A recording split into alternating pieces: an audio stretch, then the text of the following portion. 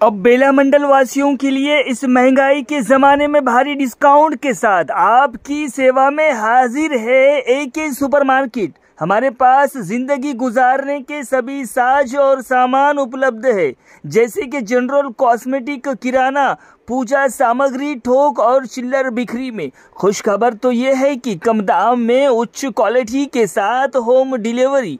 आपका order phone पर भी लिया जाएगा। प्रोफाइटर स्वप्निल खौसे। हमारा पता है बस स्टॉप रोड बेला। तो याद रहे, अच्छे किराना सामग्री के लिए संपर्क करें एके सुपरमार्केट बेला। हमारा फ़ोन नंबर है 8179184655। स्वप्निल खौसे 7997901850। राजू खौसे।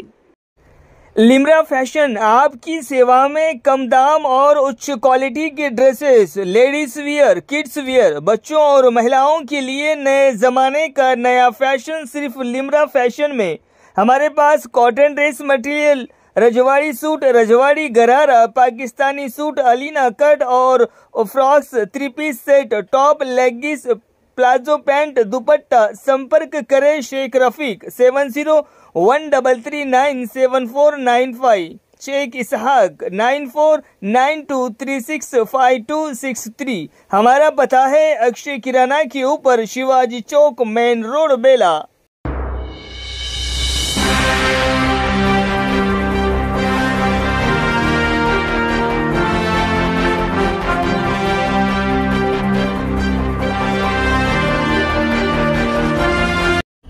नमस्कार, माय माउली हिंदी समाचार में आपका स्वागत है और मैं हूं शेख इस्माइल। आदिलाबाद विधायक पायल शंकर ने कहा है कि इस महीने की 12 तारीख से शुरू हो रही विधानसभा सत्र में राज्य सरकार की विफलताएं उजागर की जाएंगी। उन्होंने आरोप लगाया है कि कांग्रेस सरकार के सत्ता में आने के 15 महीने बाद भी ये अभी भी वही हैं। उन्होंने कहा है कि सरकार ने पिछले बजट में जो वादे किए थे वो अब तक पूरे नहीं हुए। वो किसानों से किए गए वादे पूरे करना चाहते हैं और उन्होंने कहा है कि सरकार ने समाज के सभी वर्गों को धोखा दिया है।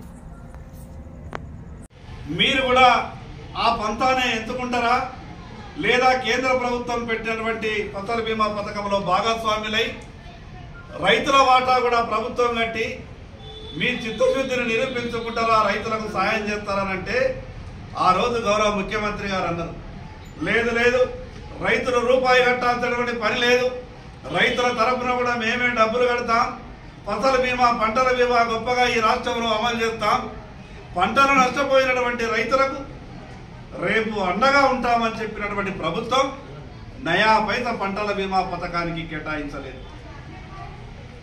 రైతుల తరపున వాటా కూడా ప్రభుత్వమే కడతామని చెప్పింది, ఆ వాటా కూడా ఒక్క రూపాయి కట్టలేదు. ఈ రాష్ట్రంలో పంటల బీమా అమలు కాని కారణంగా ఈరోజు పంటలన్నీ ఎండిపోతున్నాయి. గతంలో పండినటువంటి పంట దిగుబడి రాలేదు.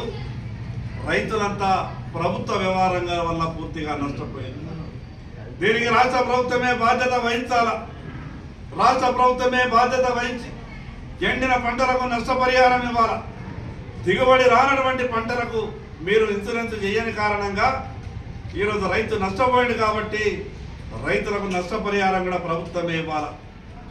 317 జీవో ఈ రాష్ట్ర ఉద్యోగులకు పెను శాపంగా మారింది. 317 జీవో, ఆ 317 జీవో సవరిస్తామని చెప్పారు. 317 జీవో సవరణ ద్వారా ఈ రాష్ట్ర ఉద్యోగులని ఆదుకుంటామని చెప్పారు. 317 జీవో ద్వారా భార్య ఒక దగ్గర, భర్త ఒక దగ్గర, పిల్లలు ఒక దగ్గర, తల్లిదండ్రులు ఒక దగ్గర, చెట్టుకొకళ్ళు పుట్టకొకళ్ళు. తెలంగాణ రాష్ట్రం వచ్చిన తర్వాత కూడా స్థానికతను కోల్పోయే విధంగా, స్థానికత మీద అనుమానాలు ఎత్తే విధంగా 317 జీవో ఉన్నది. దాన్ని సవరించమని మేమంటే సరైన సమయంలో చర్యలు తీసుకుంటామని చెప్పారు. ఇప్పటిదాకా దాని మీద మాట లేదు. పేదవాళ్ళకి చెప్పారు ఈ రాష్ట్రంలో 3500 ఇళ్ళు ప్రతి అసెంబ్లీ నియోజకవర్గంలో ఇస్తామని పోయిన బడ్జెట్లో చెప్పారు. మరి మార్చి అయిపోతుంది, రేపు బడ్జెట్ మళ్ళా వస్తున్నది. 3500 ఇళ్ళు ప్రతి నియోజకవర్గానికి ఇస్తే ఎక్కడ ఇచ్చిందో తెలియదు, ఎక్కడ ఏ ఒక్క ఇల్లు కూడా కాలేదు. దాదాపు 23,000 కోట్ల రూపాయలు ఇళ్ల కొరకు మేము కేటాయిస్తున్నామని చెప్పారు. కానీ 23 రూపాయలు కూడా ఖర్చు అయినట్టు దాఖలాలు లేవు. తెలంగాణ రాష్ట్ర శాసనసభ సమావేశాలు జరుగుతున్నటువంటి విషయం మీ అందరికీ తెలిసిందే. 15 నెలలుగా ఈ రాష్ట్రంలో కాంగ్రెస్ పార్టీ పరిపాలన వచ్చిన తర్వాత ఎక్కడ వేసిన గొంగడి అక్కడనే ఉన్నది. పోయిన బడ్జెట్ సమావేశాల్లో కూడా స్పష్టంగా చెప్పినాం, మీరు ప్రజలకు ఇచ్చినటువంటి 6 గ్యారంటీల అమలు సంగతి ఏమైంది? అధికారంలోకి వచ్చినటువంటి 100 రోజుల లోపలనే మీరు గొప్పగా చమత్కారాలు చేపించి చూపిస్తామని చెప్పారు కదా. ఆ రోజు అరచంతిలో వైకుంఠం చూపించి అధికారంలోకి వచ్చారు కదా. మీ బడ్జెట్ కేటాయింపులను చూస్తే మీరు 6 గ్యారంటీలు అమలు చేసేటటువంటి పరిస్థితి కనిపించలేదని మేము శాసనసభలో చెప్పినాం. కానీ ఆనాడు ఆర్థిక శాఖ మంత్రి బట్టి విక్రమార్క గారు మాట్లాడుతూ, లేదు లేదు మా చిత్తశుద్ధిని మీరు శంకించద్దు, మేము గొప్పగా ఈ రాష్ట్రాన్ని పరిపాలించాలనుకుంటున్నాం, ప్రజలకు ఇచ్చినటువంటి హామీలన్నీ కూడా నెరవేర్చే ప్రయత్నంలో ఉన్నాం, మీరు సహకరించాలని మాట్లాడింది. సంవత్సరం అయిపోయింది, రేపు మళ్ళీ బడ్జెట్ వస్తున్నది. కానీ శాసనసభలో మాట్లాడినటువంటి ప్రభుత్వ మాటలు ఎక్కడా కూడా అమలుకు నోచుకోలేదు.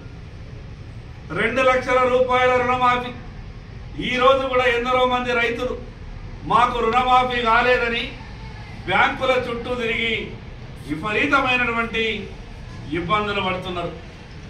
రైతులకు రైతు భరోసా రాలేదు, పంటల